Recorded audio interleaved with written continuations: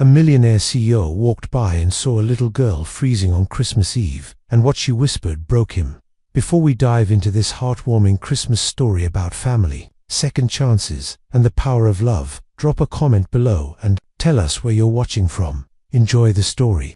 The Sterling mansion gleamed with luxurious Christmas decorations that sparkled like diamonds against the December snow. 8-year-old Sophia moved quietly through the grand rooms in her worn-out clothes, serving breakfast to a family that barely acknowledged her existence. "Sophia, hurry up with those plates," Victoria Sterling commanded from her throne-like chair. At the head of the dining table, her voice carried that particular tone reserved for unwanted interruptions. Madison, Sophia's 7-year-old half-sister, twirled proudly in her brand-new red velvet dress, the fabric catching the morning light, streaming through crystal windows. "Look, Daddy, look how pretty I am." Richard Sterling glanced up from his newspaper with a warm smile. "Beautiful, as always, Princess." His eyes briefly met Sophia's before quickly looking away, that familiar discomfort flickering across his face. Victoria directed the morning like a theatrical production, pointing Sophia toward the small, broken table in the corner, far from the main dining area, where aromatic candles and fine china created a scene worthy of a magazine cover. "Set your place over there, dear," Victoria said sweetly, though her smile never reached her eyes. "We want our Christmas breakfast to be perfect for Madison." Sophia nodded silently, arranging her simple plastic plate on the wobbly table. She had learned long ago that questions only made things worse. Richard possessed temporary legal guardianship since her mother, Alina, died in 2022, a bureaucratic process that had dragged on for months, while the state verified there were no other relatives. The contrast was striking and heartbreaking. Madison received praise for every small gesture, every giggle, every word. Meanwhile, Sophia moved like a ghost through her own home, systematically ignored, invisible in plain sight, as Christmas music played softly in the background. Sophia stole glances at the happy family scene she would never be part of, her small heart breaking a little more with each passing moment. The Sterling mansion buzzed with elegant guests as the grand Christmas party reached its peak. Crystal chandeliers cast dancing shadows across women in designer gowns and men in expensive suits, their laughter echoing through rooms that smelled of pine and champagne. Madison was the undisputed star of the evening, in her princess dress, spinning and curtsying as guests showered her with compliments. "Oh, what a lovely little angel," cooed Mrs. Whitmore, one of Victoria's bridge club friends. Meanwhile, Sophia worked tirelessly in the shadows, serving canapes on silver trays, and collecting coats with hands that trembled from exhaustion. Victoria had given her strict instructions to stay in the kitchen, presenting her to the few curious guests as Richard's stepdaughter. "It's a complicated situation since the mother passed. That child looks thinner every time I see her," whispered Madison's aunt Carol, her concerned eyes following Sophia's small figure. Victoria quickly changed the subject with practiced ease. "Oh, Sophia has always been naturally petite. Some children are just built differently." Through the crack in the kitchen door, Sophia watched the magical scene unfold. Other children played games, their parents beaming with pride.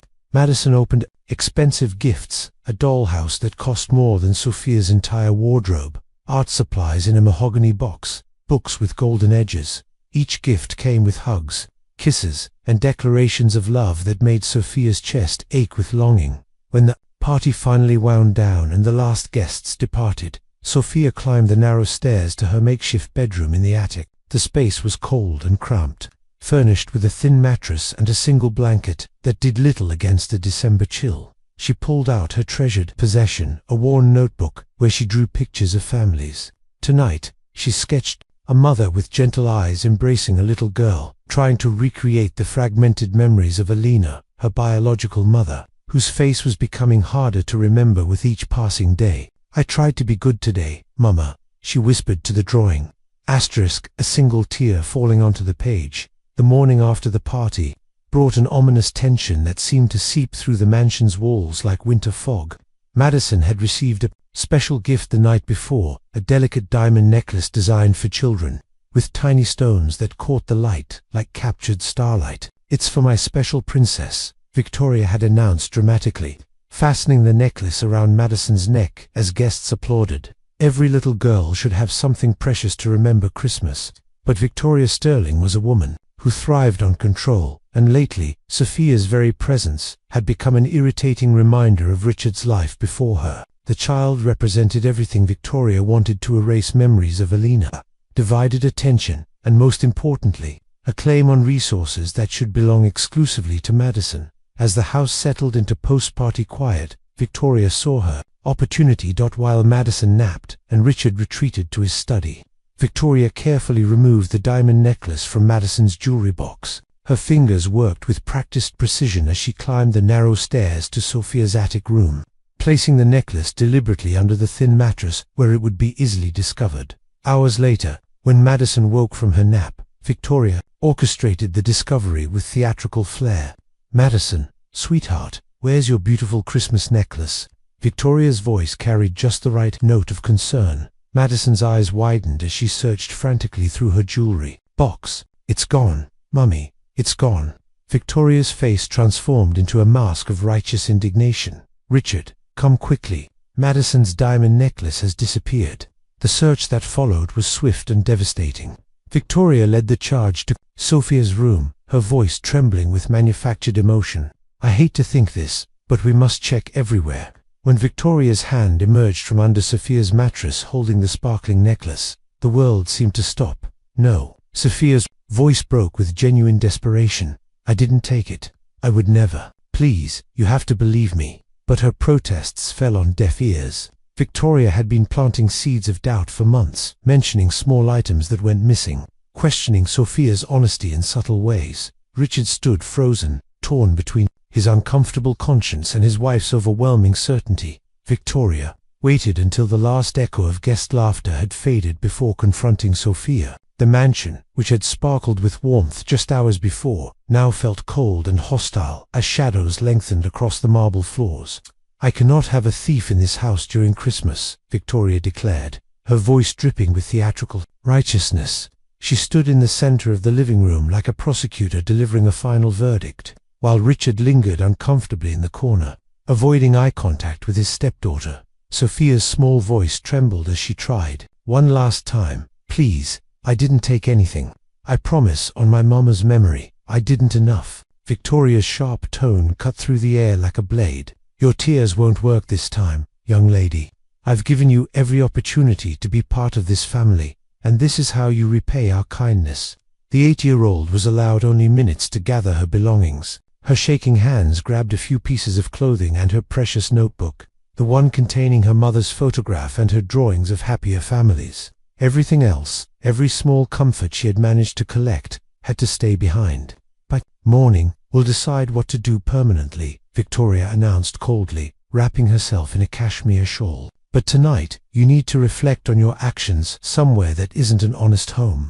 Richard finally spoke, his voice barely a whisper. "Victoria, maybe we should wait until Richard." Victoria's tone brooked no argument. "Some lessons can't be delayed." The front door opened with a whoosh of bitter December air. Snow was falling heavily, transforming Christmas Eve into a frozen nightmare. Sophia stepped onto the porch in nothing but her thin sweater, clutching her small bag like a lifeline. The door closed behind her with a finality that echoed through her chest. She walked through the swirling snow until she found a covered bus stop, her breath forming small clouds in the frigid air. Pulling an extra shirt from her bag, she wrapped it around her shoulders and huddled against the wind. "I'm sorry, Mama," she whispered to her mother's photograph, her words barely audible above the storm.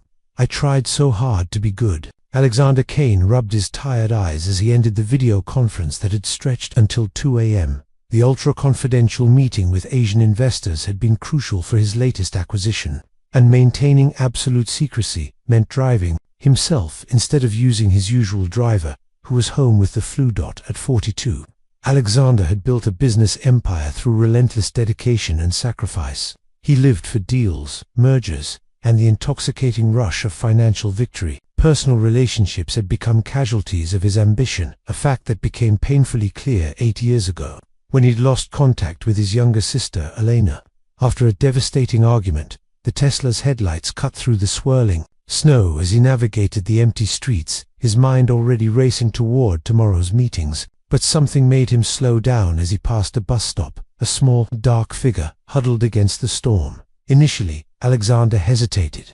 He'd been approached by scammers before, people who preyed on wealthy businessmen's momentary compassion. But there was something different about this shape, something vulnerable and heartbreakingly small. He pulled over and stepped into the bitter wind. As he approached, he heard a voice so faint it was almost lost in the storm.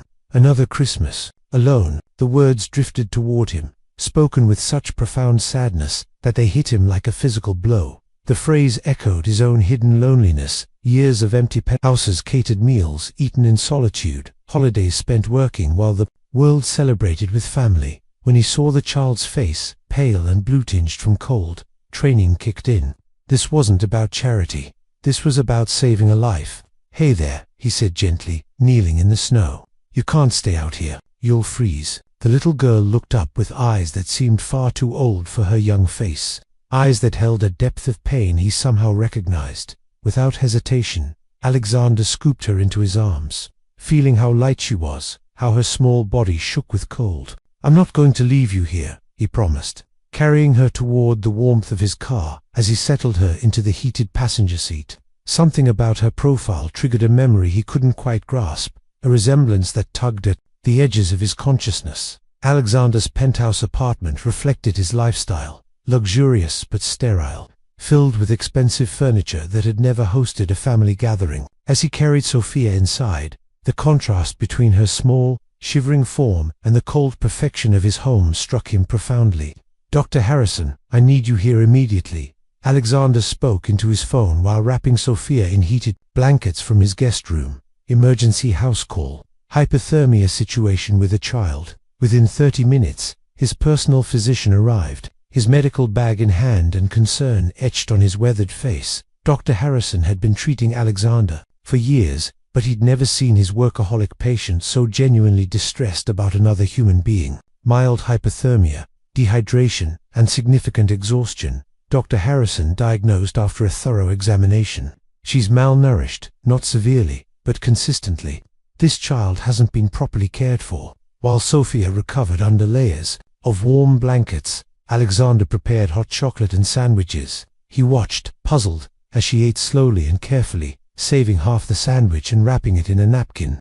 For later, she explained quietly when she noticed his questioning. "Look, Dot." The behavior troubled him deeply. What kind of life had taught an 8-year-old to hoard food? "I'm sorry for being wet," Sophia whispered, her voice barely audible. "I'm sorry for making your couch dirty. I'm sorry for causing trouble." The litany of apologies continued, each one breaking Alexander's heart a little more. This child had been trained to apologize for simply existing. "You don't need to apologize," he said gently, sitting beside her. "You're not in trouble. You're safe here." Throughout the night, as Sophia slept fitfully on his sofa bed, Alexander found himself standing guard. Every small whimper or movement drew his attention. She was so small, so vulnerable. Yet there was something achingly familiar about her features. In the soft lamplight, studying her face as she finally found peaceful sleep, a memory stirred, something about the shape of her eyes, the way her hair fell across her forehead. It reminded him of someone precious he'd lost through his own stubbornness and pride. Christmas morning arrived with a silence that felt sacred. While Sophia continued to rest, her small body finally warm and safe, Alexander found himself drawn to her meager belongings. He needed to understand who this child was and how she'd ended up alone in a snowstorm. Her worn notebook lay on the coffee table, and with careful reverence, he opened it. Page after page revealed drawings of families, mothers hugging children, fathers lifting daughters on their shoulders, scenes of the love and security this little girl had been desperately craving.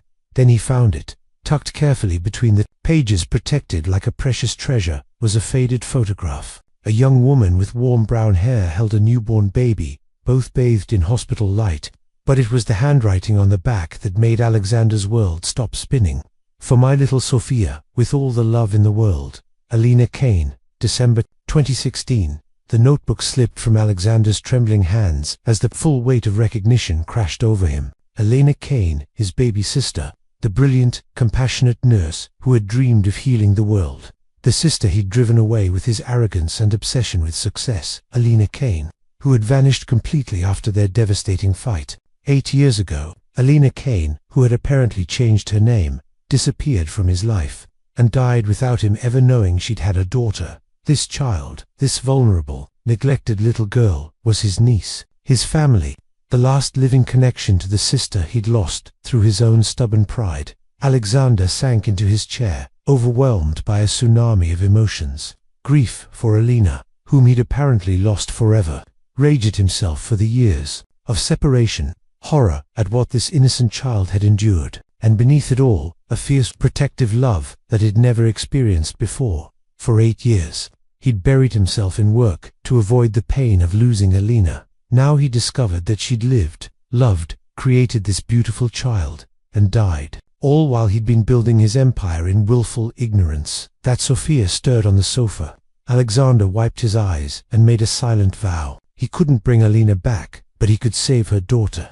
He could be the family this little girl desperately needed. December 26 dawned with a clarity that seemed to promise new beginnings.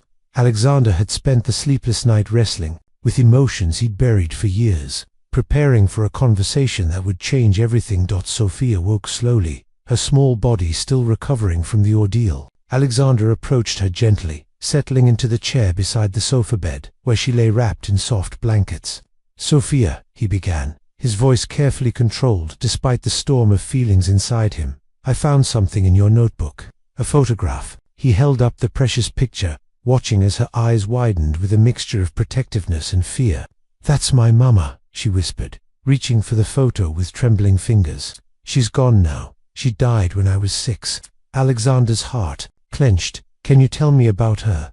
About Alina?" Sophia's young voice grew stronger as she spoke of her mother. "Mama was the best nurse in the whole hospital. She used to say she had magic hands that could make people feel better. She loved me so much, and she always smelled like vanilla and flowers."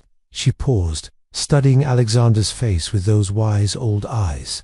"Mama used to talk about her brother. Sometimes she said he was really smart and built big companies, but they had a terrible fight and didn't talk anymore. She said his name was Alexander." The admission hung in the air between them like a bridge waiting to be crossed. "Sophie," Alexander said quietly, his voice thick with emotion. "I'm Alexander. I'm Elena's brother.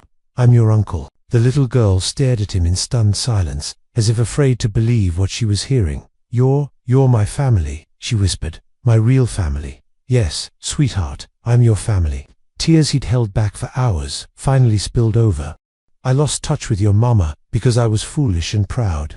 I've regretted it every day since. I tried to find her, but she'd changed her name, and I never knew about you."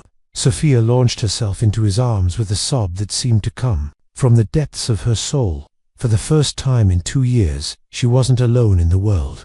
"I promise you," Alexander whispered into her hair, "I will never let anyone hurt you again. Alina would want me to take care of you, and that's exactly what I'm going to do." In the warm safety of Alexander's penthouse, as snow continued to fall outside, the full story of their fractured family began to unfold through painful memories and careful questions. Alina Kane had been born in 1993, 3 years after Alexander, into a family that struggled with poverty but never lacked love. Their parents had died in a car accident when Alina was 19 and Alexander was 22, leaving the siblings to navigate the world alone. While Alexander threw himself into building his business empire with ruthless determination, Alina chose a different path: nursing school, a calling to heal others that came from her gentle, nurturing soul. She always saw the best in people, Alexander remembered aloud, his voice heavy with regret. "Even when I became obsessed with success, with proving we'd never be poor again, Alina kept believing in kindness."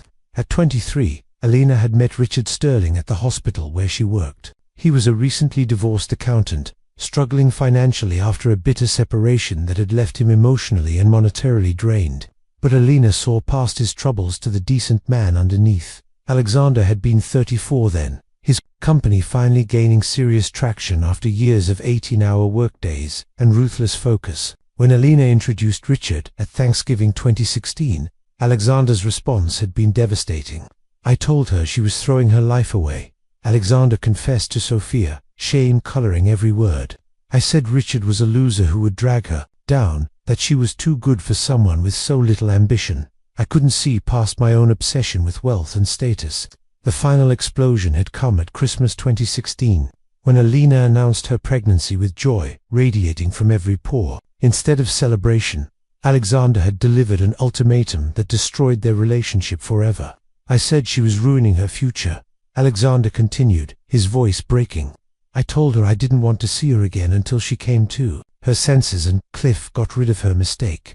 Sophia's small hand found his, offering comfort that he didn't deserve. Elena had left that Christmas gathering in tears and never looked back. She legally changed her name from Kane to Grant, moved with Richard to another state, and had Sophia in December 2016, when Alexander finally realized his devastating error and tried to reconcile in 2018. Elena had disappeared completely from all the places he knew to look. Your mama died in March 2022, Sophia said quietly. It was a bad storm, and her car slipped on the ice. She was coming home from work at the hospital. Alexander closed his eyes, imagining his sister's final moments, knowing she'd died, believing he didn't care about her or her child. Richard tried his best at first, Sophia continued, her voice matter-of-fact in the way children adapt to harsh realities. But he was really sad after Mama died. Then he met Victoria, and she had some money that helped with his bills.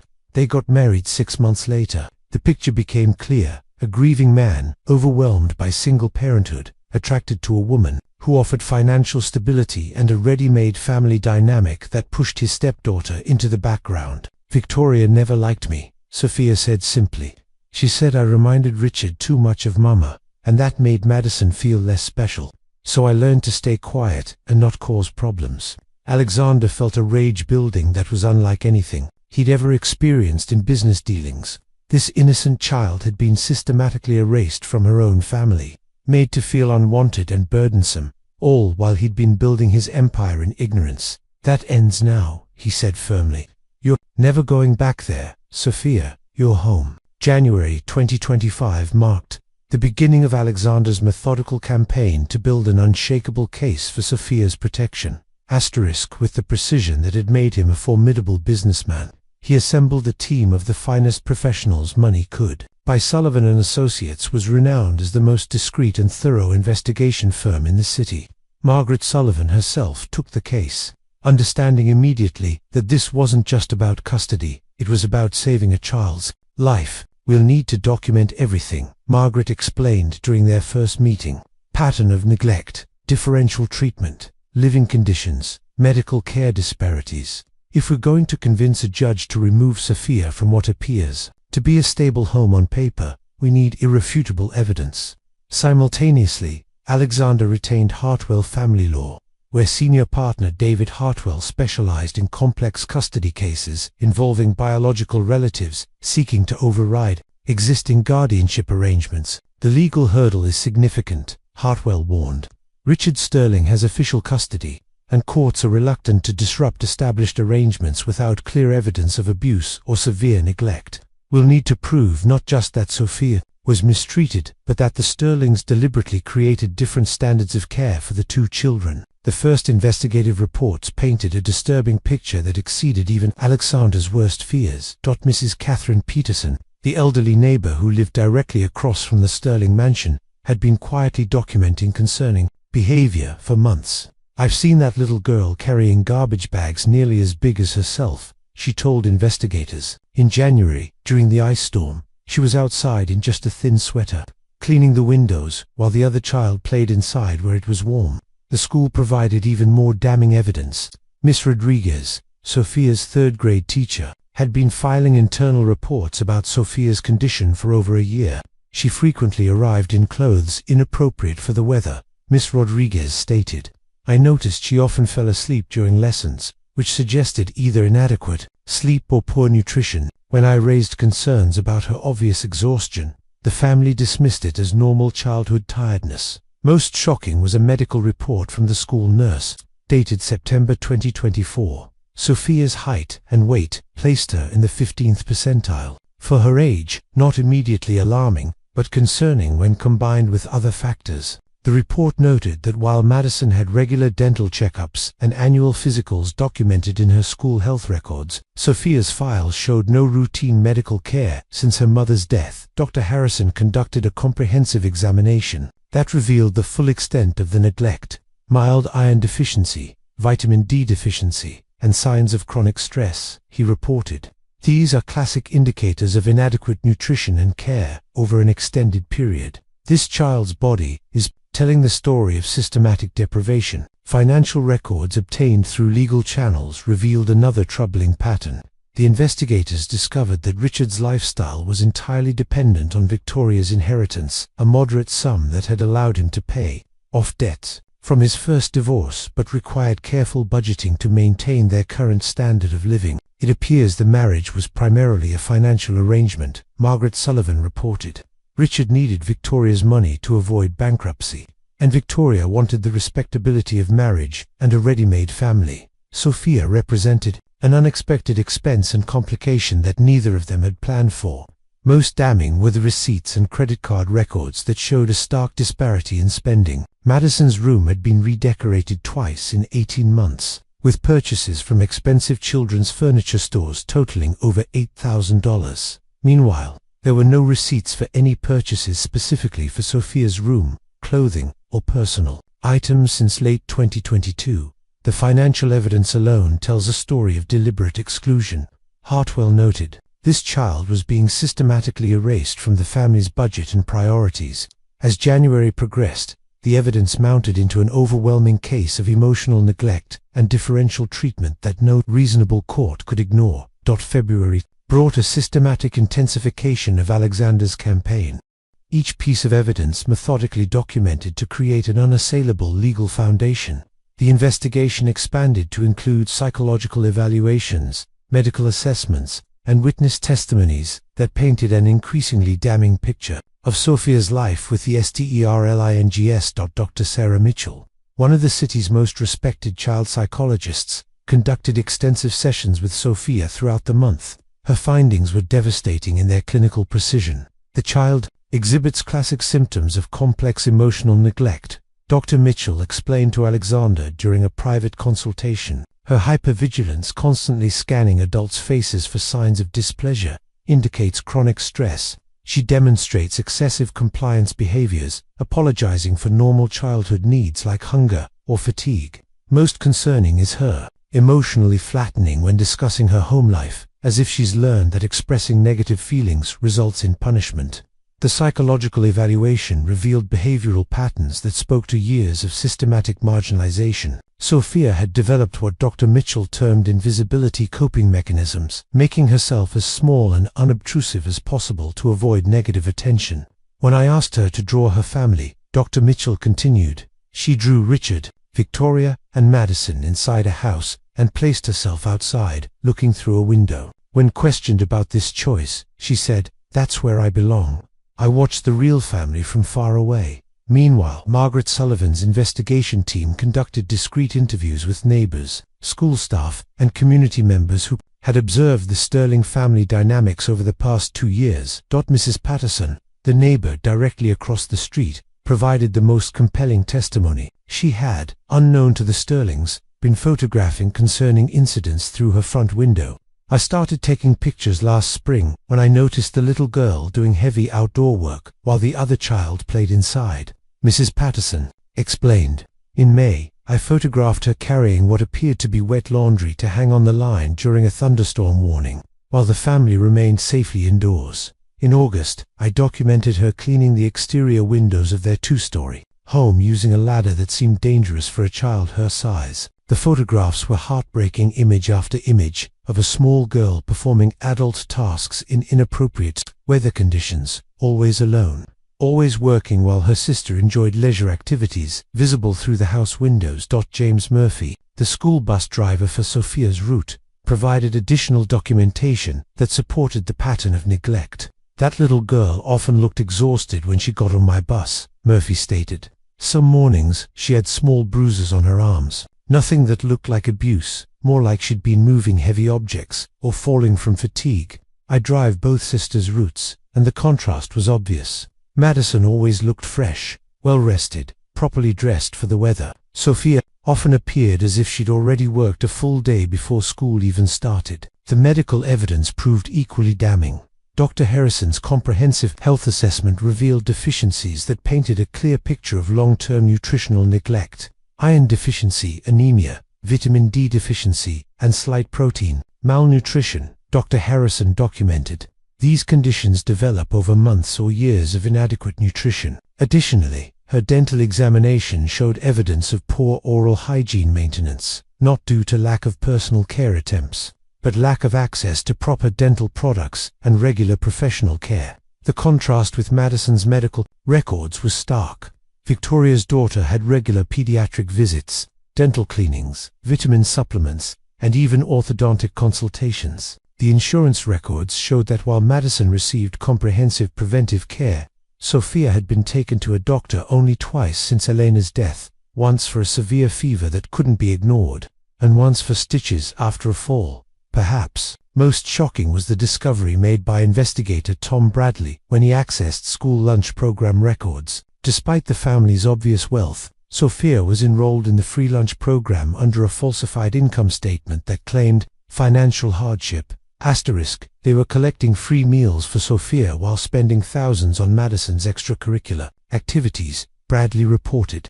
The paperwork was submitted by Victoria Sterling, who claimed Sophia was from a previous relationship and that they were struggling to support an additional child. Meanwhile, their tax returns show substantial assets and income. The investigation also uncovered witness testimony from Madison's ballet instructor, Mrs. Chen, who had observed family dynamics during several performance events. The contrast in how the children were treated was striking. Mrs. Chen stated, Madison always arrived in fresh outfits with her hair professionally styled, accompanied by both parents who brought flowers and cameras. Sophia occasionally attended these events, but she sat alone in the back, wearing the same outfit repeatedly, with no family acknowledgement of her presence.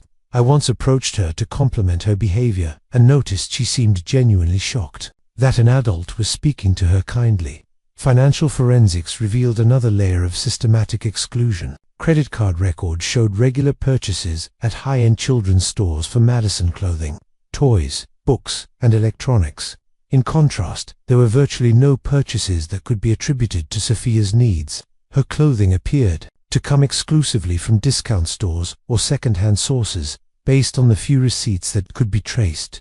The utility company provided records showing that the Sterling home's heating bill spiked significantly during winter months, but infrared imaging conducted with court permission revealed that the attic space where Sophia slept received minimal heating compared to the rest of the house. The temperature differential is consistent with deliberate exclusion from the home's primary heating system, the building inspector noted. While the main living areas maintained comfortable temperatures, the attic space regularly dropped to levels that would be uncomfortable and potentially unhealthy for extended periods. By the end of February, Alexander possessed a comprehensive dossier that documented 2 years of systematic emotional neglect, differential treatment, and deliberate marginalization. The evidence was overwhelming, methodical, and heartbreaking in its thoroughness. Dr. Mitchell's final psychological assessment provided the most powerful summary. This child has been subjected to a form of emotional abuse that is particularly insidious because it operates through exclusion rather than active harm. She has been taught that her basic needs are burdens. Her presence is tolerated rather than welcomed, and her emotional well-being is irrelevant to her family's happiness. The psychological damage from this treatment can be more lasting than physical abuse because it attacks the child's fundamental sense of worth and belonging. March arrived with the weight of accumulated evidence and the momentum of a carefully orchestrated legal strategy. Alexander had assembled an unassailable case, and it was time to bring the full force of the law to bear on Sophia's situation. On March 15, 2025, attorney David Hartwell filed a comprehensive petition with the family court and simultaneously submitted a formal complaint to the Department of Children and Family Services. The documentation was extensive. Over 200 pages of evidence, witness statements, medical reports, and photographic documentation that painted an undeniable picture of systematic neglect. We're alleging differential treatment constituting emotional neglect, failure to provide adequate medical care, inadequate nutrition, unsafe living conditions, and deliberate exclusion from family activities and resources. Hartwell explained to Alexander as they reviewed the filing. This isn't a case of general poverty or struggling parents. This is deliberate discrimination against one child while lavishly caring for another. The Sterling family received official notification on March 18. Richard Sterling sat in his study, hands trembling as he read the legal documents that detailed every instance of Sophia's mistreatment over the past 2 years. For the first time, seeing it all laid out in clinical legal language, he began to comprehend the magnitude of what had been happening in his own home. Victoria's reaction was immediate and explosive. Within hours of receiving the papers, she had retained Marcus Webb, a family law attorney known for his aggressive defense strategies and his willingness to challenge child welfare decisions in court. "This is clearly a case of a wealthy man trying to buy a child," Victoria declared to Webb during their first meeting. "Sophia has always been a difficult child with behavioral problems. We've done our best to provide structure and discipline, but she's shown disturbing tendencies toward manipulation and theft, as evidenced by the diamond necklace incident." Webb immediately began crafting a defense strategy that painted Sophia as a troubled child whose behavioral problems had strained the family's ability to provide equal treatment. They would argue that any differential treatment was necessary, therapeutic intervention rather than neglect. Meanwhile, the Department of Children and Family Services launched their official investigation.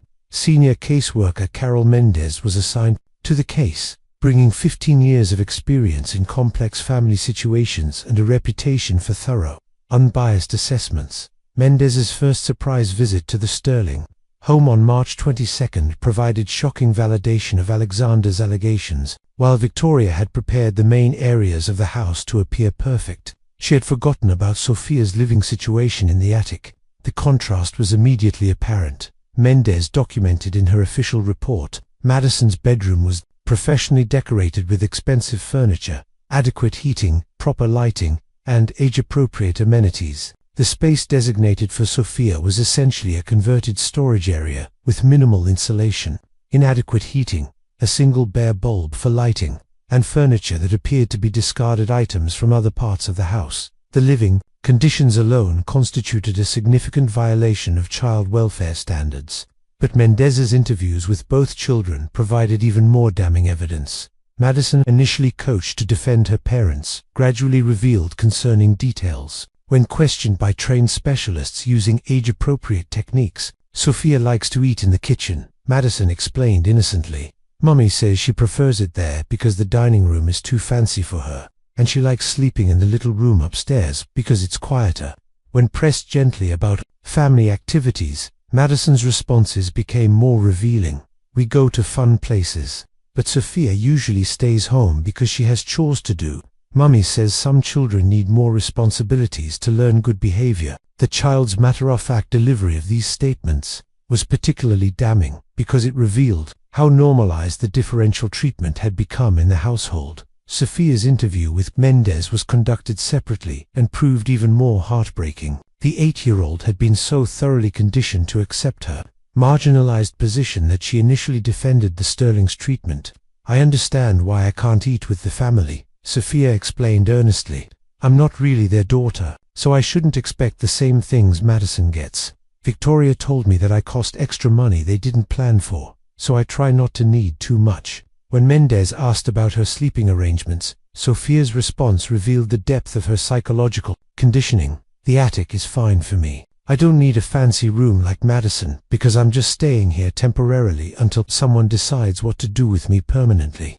The psychological evaluation conducted by the state's child psychologist, Dr. Robert Chen, corroborated Dr. Mitchell's earlier findings but added new concerns about the child's fundamental understanding of her own worth. "This child has internalized a belief system that she is inherently less deserving of care, comfort, and family inclusion," Dr. Chen reported.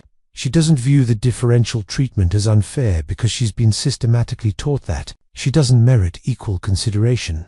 This level of psychological conditioning suggests long-term, deliberate emotional manipulation.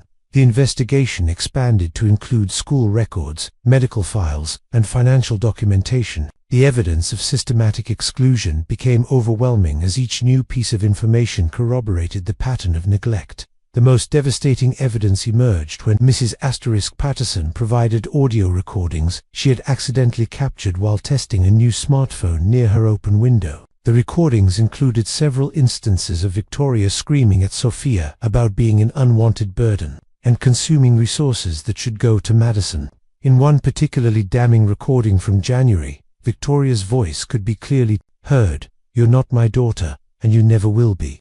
Every dollar spent on you is money stolen from Madison's future. The sooner you understand that you don't belong in this family, the better off everyone will be." These recordings provided direct evidence of emotional abuse that went far beyond neglect into active psychological harm. Richard's interviews revealed a man who had gradually abdicated all parental responsibility to his wife, allowing the systematic marginalization of his stepdaughter through willful blindness and emotional cowardice. "I knew Victoria didn't connect with Sophia the way she did with Madison," Richard admitted during his formal interview, "but I told myself it was normal for stepmothers to favor their biological children.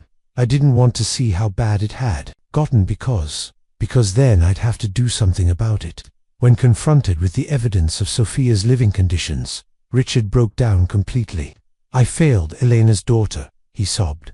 "I was supposed to protect her, and instead, I let Victoria treat her like an unwanted stray animal. I was so overwhelmed after Elena died, and when Victoria offered to handle the household management, I was relieved. I didn't want to look too closely at how she was managing Sophia." The state's investigation concluded with a scathing report that recommended immediate removal of Sophia from the Sterling home and a comprehensive review of the family's fitness to maintain custody. The evidence indicates systematic emotional abuse through deliberate exclusion, differential treatment that constitutes neglect, and psychological manipulation designed to convince the child she is inherently less worthy of care and protection. The report concluded, "The current living situation poses significant risk to the child's emotional and psychological development, and potentially to her physical safety due to inadequate living conditions." By the end of March, the legal machinery was in motion for what would become one of the most clear-cut cases of emotional neglect in the county's recent history.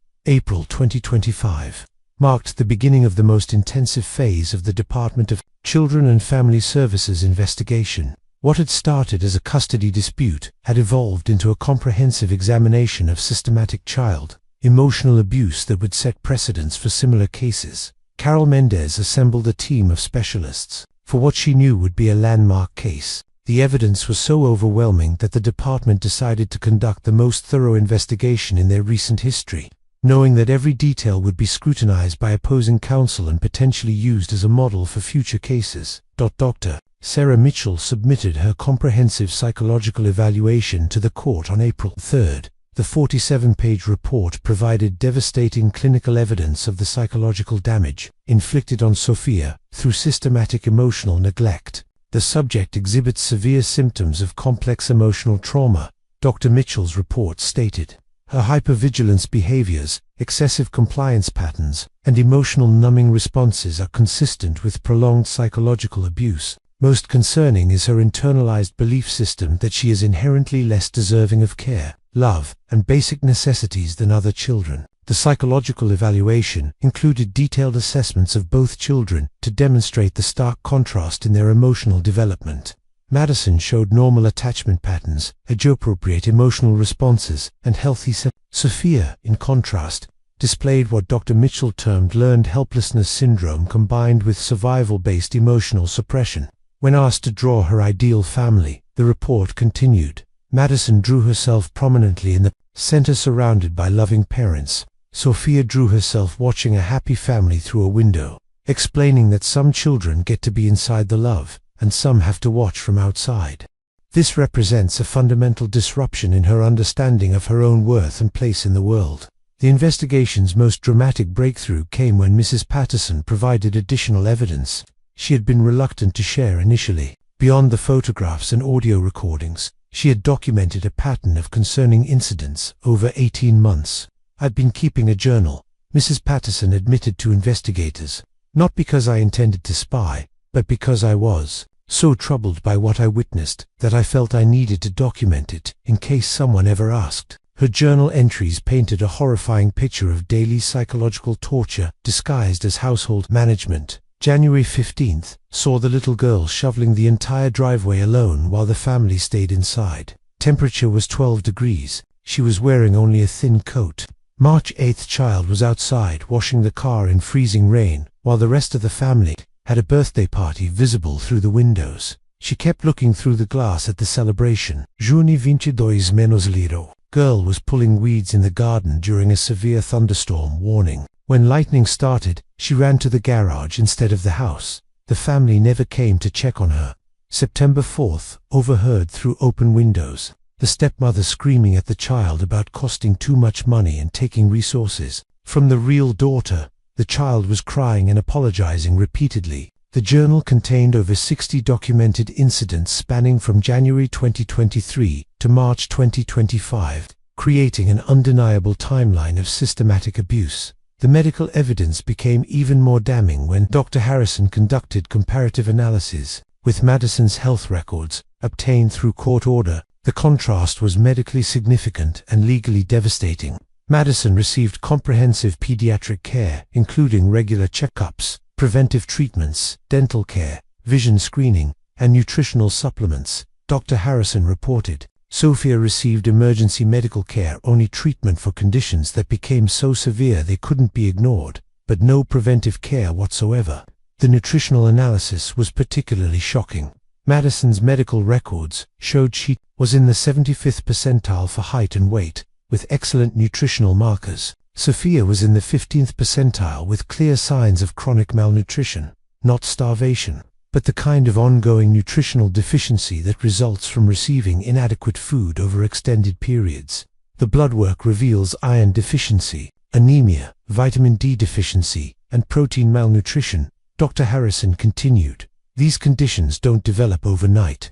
They indicate months or years of receiving insufficient nutrition while physical and emotional demands remained high. The investigation reached its climax when the state's forensic accountant, Maria Santos, presented her analysis of the family's financial records. The differential spending pattern was so extreme, it bordered on criminal negligence. Over the 24-month period from March 2023 to March 2025, the family spent $31,847 on Madison-specific expenses, Santos reported. This includes clothing, toys, activities, medical care, and room furnishings. During the same period, identifiable expenses for Sophia totaled $847, primarily emergency medical co-pays and one winter coat purchased after the school nurse called about inadequate weather protection. The spending analysis revealed that the family had the financial resources to care adequately for both children, but had deliberately chosen to exclude Sophia from their budget planning. Perhaps most damning was the discovery of Victoria's private communications, obtained through court order. Text messages between Victoria and her sister revealed the calculated nature of Sophia's exclusion. She's not my responsibility, and I refuse to let Richard's guilt about Alina drain resources from Madison's future. The little mouse stays quiet and does her chores. It's working out better than I expected. Free household help, and Madison learns about social hierarchy. Richard feels bad sometimes, but I remind him that some children need more structure and responsibility than others. Sophia's just not cut out for the same lifestyle as Madison. These communications provided direct evidence that Victoria's treatment of Sophia was intentional, calculated, and designed to maintain a subordinate position for the child within the household. The state's child development specialist, Dr. Amanda Foster, conducted environmental assessments of both children's living spaces and submitted a report that would become a cornerstone of the prosecution's case. Madison's bedroom meets or exceeds standards for healthy child development, Dr. Foster wrote. Adequate space, appropriate temperature control, sufficient lighting, age-appropriate furniture, and abundant personal items that support emotional development and self-esteem. Sophia's assigned living space constitutes what can only be described as deliberate deprivation. The attic room lacks adequate insulation, proper heating, sufficient lighting, and appropriate furniture. The space appears designed to communicate to the child that she is unwelcome and unworthy of basic comfort. The investigation culminated with a surprise visit by the full investigative team on April 28. They arrived with a court order allowing them to examine the entire home, interview all family members separately, and collect any additional evidence. During this visit, they discovered Victoria's instruction manual, a handwritten notebook containing detailed rules specifically for Sophia's behavior, chores, and restrictions. The document revealed the systematic nature of the child's oppression. Sophia is to eat in the kitchen only. She is not to join family meals unless specifically invited holidays, special occasions only. Sophia's chores must be completed before any personal time. Her responsibilities include daily kitchen cleaning, bathroom maintenance, outdoor work as needed, and assistance with Madison's needs when requested. Sophia is not to request items for herself. Basic necessities will be provided at our discretion. Sophia should understand that she is staying here temporarily and should not expect the same privileges as Madison, who is a permanent family member. This document provided irrefutable evidence of premeditated psychological abuse disguised as household rules. The official investigation concluded on April 30th with a unanimous recommendation for immediate custody transfer and potential criminal charges for child emotional abuse. June 15, 2025, marked a day that would change Sophia's life forever. Judge Patricia Marlowe had reviewed 4 months of comprehensive evidence, and her decision was swift and unequivocal. This court has rarely encountered such systematic and deliberate emotional abuse disguised as family structure. Judge Marlowe declared from the bench, "The evidence presented demonstrates not just neglect, but calculated psychological manipulation designed to convince a vulnerable child that she was unworthy of basic human dignity." Richard Sterling sat with his head in his hands as the judge continued. The weight of his failures had finally broken through years of willful denial. When given the opportunity to contest the custody transfer, he shocked the courtroom. "Your Honor," Richard said, his voice barely audible, "I don't contest Mr. Kane's petition. Sophia deserves a family who will love her the way Alina would have wanted. I failed my stepdaughter, and I failed my late wife's memory. I have no right to keep her from the uncle, who clearly loves her." Victoria's face contorted with rage as her husband effectively surrendered. Her attorney, Marcus Webb, attempted damage control, but the evidence was insurmountable. The audio recordings, financial records, and psychological evaluations had created an airtight case. "Mrs. Sterling," Judge Marlowe addressed Victoria directly, "your treatment of this child was not discipline or structure. It was systematic, emotional torture. This court is recommending that the district attorney reviewed this case for potential criminal charges." The custody transfer was immediate. Alexander had spent months preparing for this moment, consulting with child psychologists about the transition process. He had hired Mrs. Chen, a gentlewoman with decades of experience helping traumatized children, to provide stability and maternal guidance during Sophia's adjustment. The move from the Sterling mansion to Alexander's penthouse was carefully orchestrated. Sophia's few belongings fit into 2 small boxes, a heartbreaking testament to how little she had been allowed to accumulate. Alexander had prepared a beautiful bedroom for her, but wisely included familiar elements like her treasured notebook and Elena's photograph. "This is your home now," Alexander told her as they stood in her new room. "Not temporarily, not conditionally. This is where you belong." The adjustment was gradual and realistic. Sophia still flinched when Alexander raised his voice, even when he wasn't speaking to her. She hoarded food for weeks, hiding crackers and fruit in her dresser.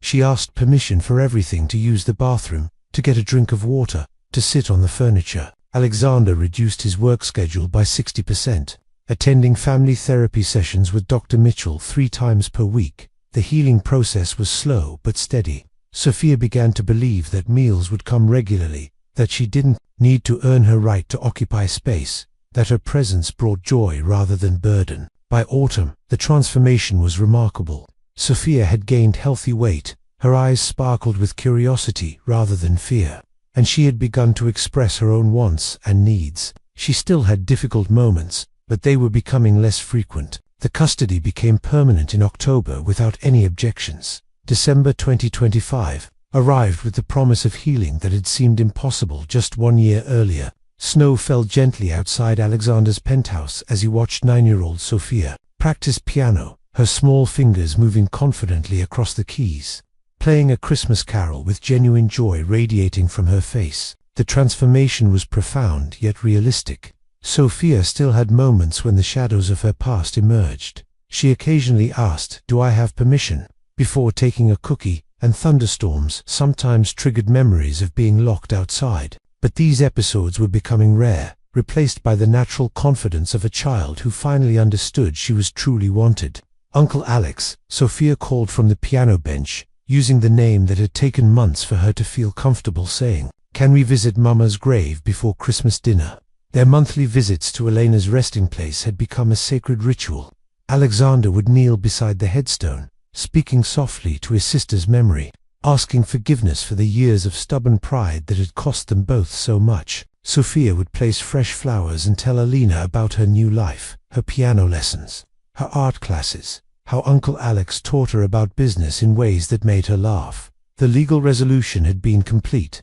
Victoria Sterling faced charges for child emotional abuse and had been sentenced to community service and mandatory counseling. Richard had quietly divorced her and moved across the country, sending Sophia letters that she was free to read or ignore as she chose. He carried the weight of his failures but respected Alexander's request for distance while Sophia healed. Alexander's penthouse had been transformed from a sterile bachelor's space into a real home. Sophia's artwork covered the refrigerator. Family photos filled previously empty shelves, and the sound of laughter echoed through rooms that had known only business calls and solitude for years. The custody had become permanent in October, with Judge Marlowe noting that she had rarely witnessed such a complete transformation in a child's well-being. Sophia was thriving in her new school, had made close friends, and most importantly, had learned to trust that love didn't have to be earned through perfect behavior. In October, they had established the Elena Kane Foundation to help identify and support children experiencing differential treatment in blended families. Sophia had suggested the focus herself, saying, "Maybe we can help other invisible children become visible again." Alexander had discovered that saving Sophia had saved him as well. The relentless pursuit of wealth that had consumed his adult life now seemed hollow compared to the simple joy of helping his niece with homework, attending her school plays, or listening to her laugh at silly jokes. He still worked, but his priorities had fundamentally shifted. On Christmas Eve, as they prepared for their second holiday together, Sophia paused while decorating their tree. "Uncle Alex," she said thoughtfully, "do you think Mama knows we found each other?" Alexander knelt beside her, his throat tight with emotion. "I think she's been watching over both of us, sweetheart, and I think she's very happy that we're family now." Sophia smiled, the real unguarded smile that had taken months to emerge. "I used to think Christmas was for other people. Now I know it's for us too." As snow continued to fall outside their warm, love-filled home, Alexander realized that finding Sophia hadn't just given him a family, it had given him redemption, purpose, and the chance to honor Elena's memory by loving her daughter the way she deserved to be loved. They were home. The end.